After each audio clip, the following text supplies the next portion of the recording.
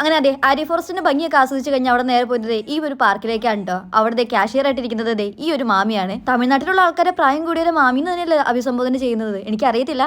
എന്നാലും ആ ഒരു ഏരിയയിൽ ഏകദേശം ഒട്ടുമിക്ക ആൾക്കാരും തമിഴ്നാട്ടുകാർ തന്നെയായിരുന്നു കേട്ടോ. അവർ ഏകദേശം 40 വർഷമായിട്ട് അവർ മുംബൈക്കാർ തന്നെയാണ്. അവരോട് സംസാരിച്ചപ്പോൾ തമിഴ്നാട്ടിൽ അവരുടെ ശരിക്കും വീടും നാടും എവിടെയാണെന്ന് പറഞ്ഞു. പക്ഷെ ഞാനത് മറന്നുപോയി.